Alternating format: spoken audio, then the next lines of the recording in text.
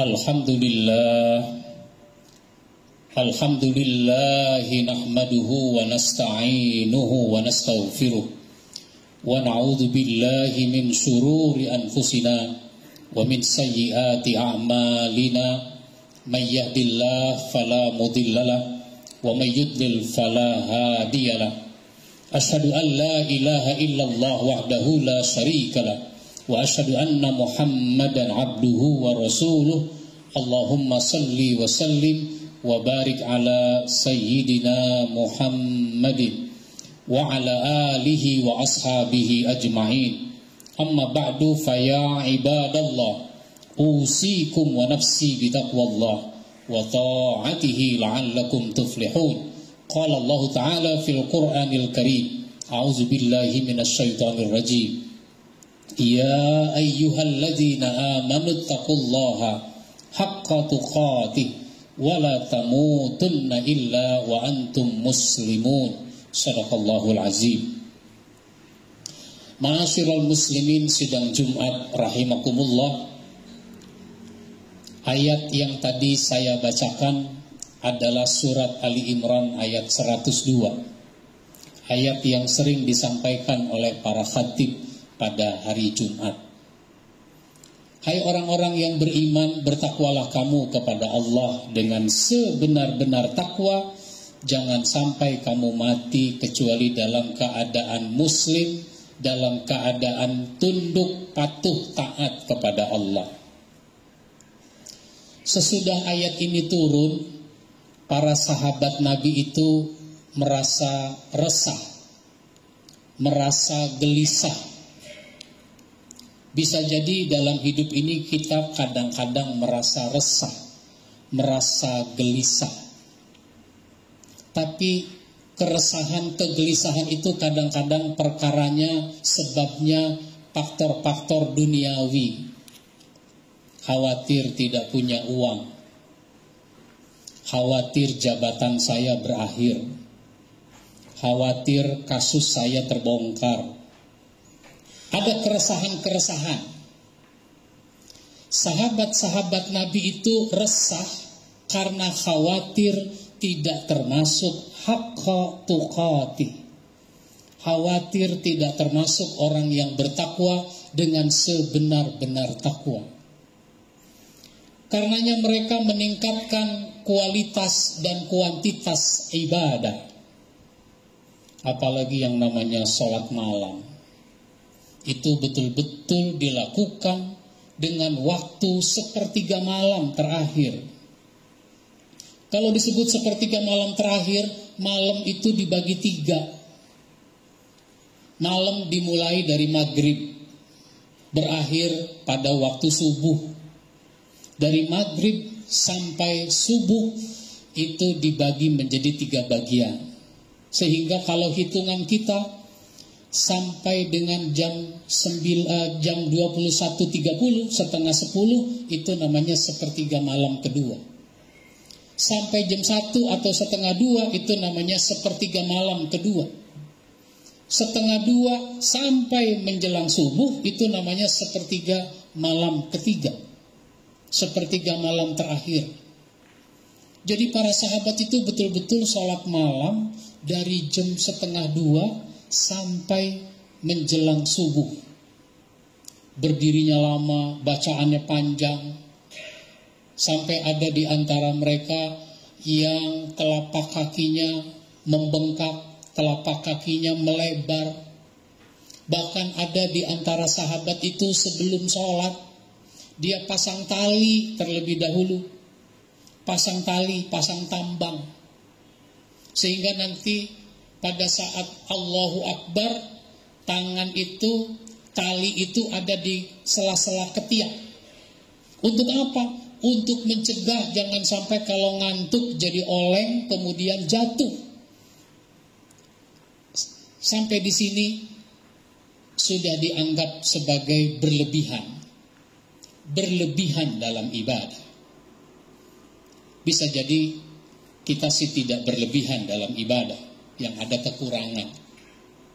Sahabat sampai dinilai berlebihan dalam ibadah.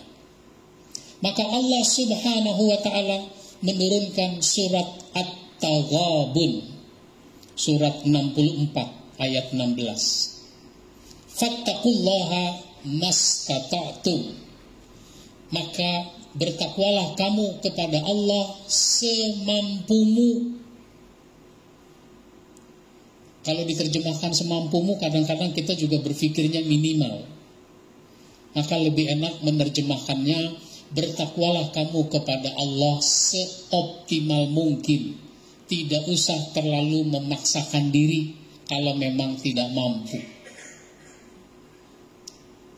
Bertakwalah kamu kepada Allah seoptimal mungkin. Supaya kita bisa bertakwa seoptimal mungkin, apa yang harus dilakukan? Di dalam ayat ini disebutkan ada 3. Pertama adalah wasma'u, maka mendengarlah. Mendengar apa? Mendengar nasihat, mendengar uraian ilmu, mendengar khutbah. Kalau mau bertakwa, dengarlah khutbah, dengarlah nasihat. Bahkan para sahabat Nabi tidak menunggu Nabi menyampaikan nasihat, tidak menunggu Nabi menyampaikan khutbah. Ada sahabat yang secara aktif datang menemui Nabi. Untuk apa? Minta nasihat. Kenapa begitu penting mendengar nasihat?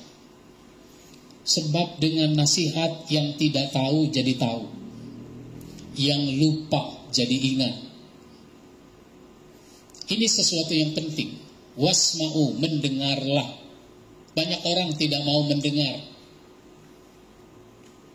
Yang kedua, kata Allah di dalam ayat ini adalah wa'ati'u, yaitu taat. Kalau sudah diberi nasihat, sudah dikasih tahu, taati.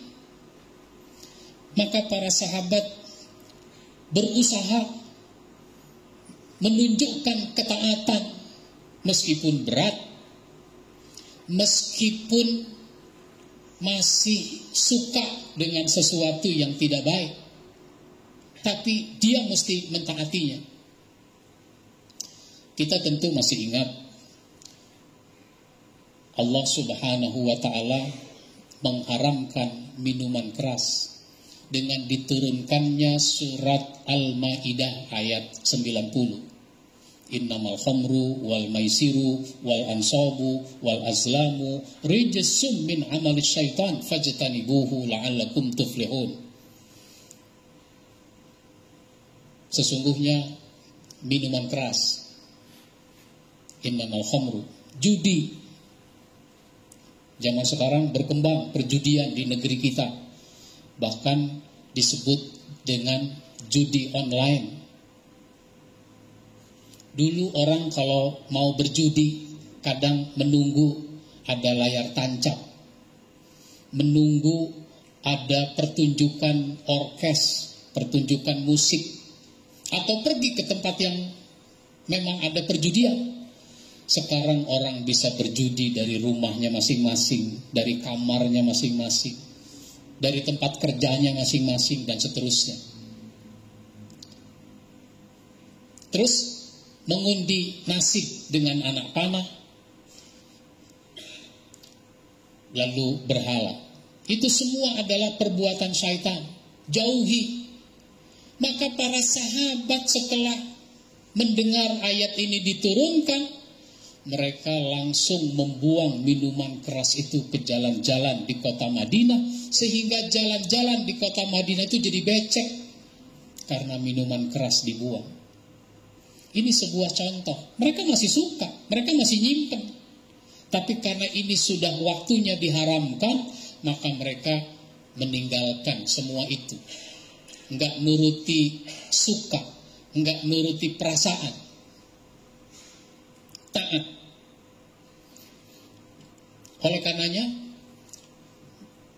ketaatan meskipun berat, beresiko secara duniawi, tapi itulah yang harus ditunjukkan. Wanita-wanita dulu juga tidak menggunakan jilbab, belum memakai pakaian yang menutup aurat. Nah, ketika ayat yang memerintahkan para wanita untuk berhijab untuk menutup aurat, maka mereka enggak semuanya sedang berada di dalam rumah. Di antara mereka ada yang sedang di luar rumah.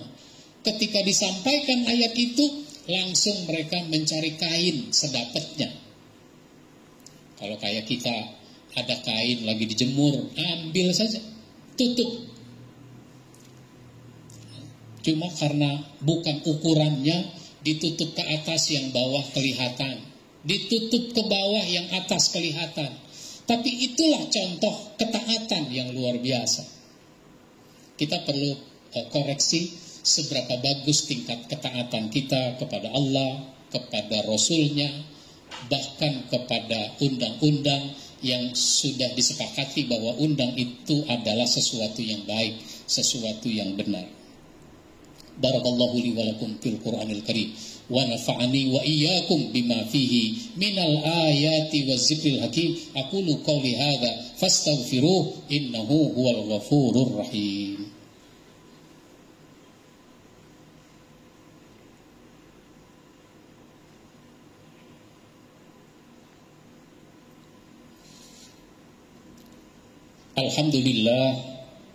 Alhamdulillahilladzi an'amana bi ni'matil iman wal islam. Asyhadu an la ilaha illallah wahdahu la syarikalah wa asyhadu anna Muhammadan abduhu wa rasuluh.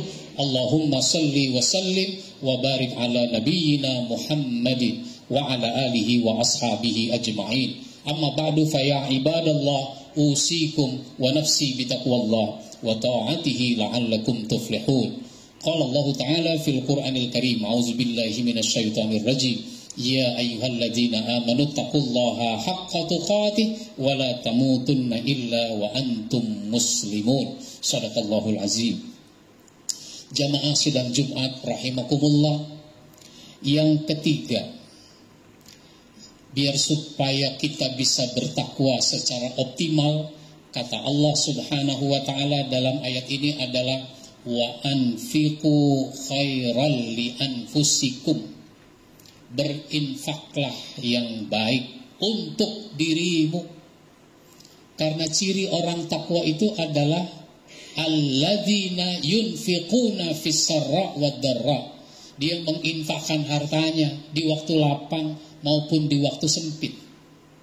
Maka kalau orang mau bertakwa, dia selalu berusaha untuk berinfak, mengeluarkan hartanya.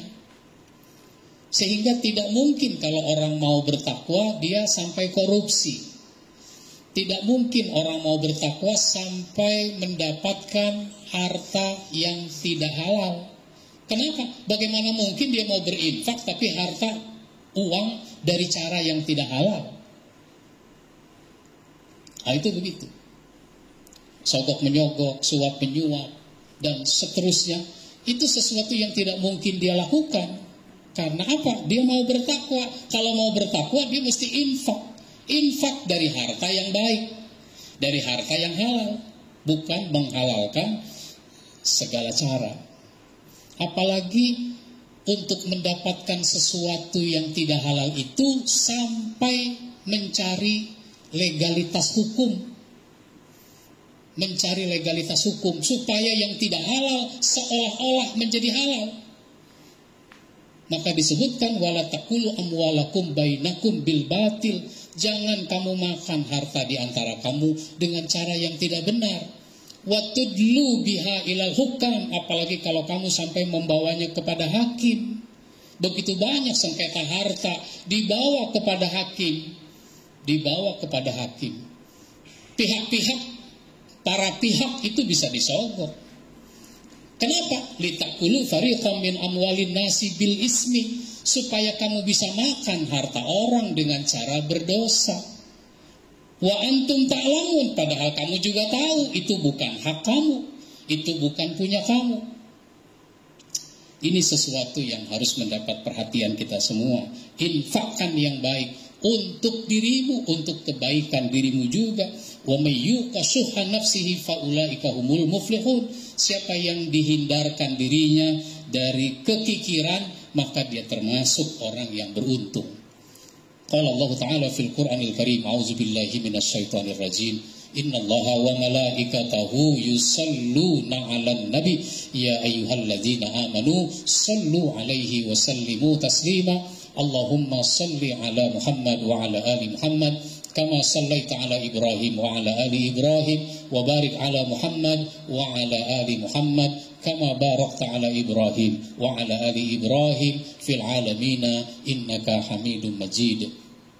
Allahumma ighfir lil mu'minina wal mu'minat wal muslimina wal muslimat al ahya'i minhum wal amwat innaka sami'un qaribun mujibu da'wat ya qadiyal hajat. Allahumma ansur man nasaraddin wahzul man khazalal muslimin. Allahumma ansuril islam wal muslimin fi kulli makan wa fi kulli zaman. Allahumma arinal haqqa haqqa warzuqna ittiba'ah wa arinal batila batila warzuqna istinabah. Allahumma Rabbana zalamna anfusana wa illam taghfir lana wa tarhamna lanakunanna minal khasirin. Rabbana atina fid dunya hasanah wa fil akhirati hasanah wa qina adzaban nar. Ibadallah, innallaha ya'muru bil 'adli wal ihsan wa ita'i dzil qurba wa yanha 'anil fahsya'i wal munkari wal baghi ya'izukum la'allakum tadhakkarun wa la dzikrullahi akbar.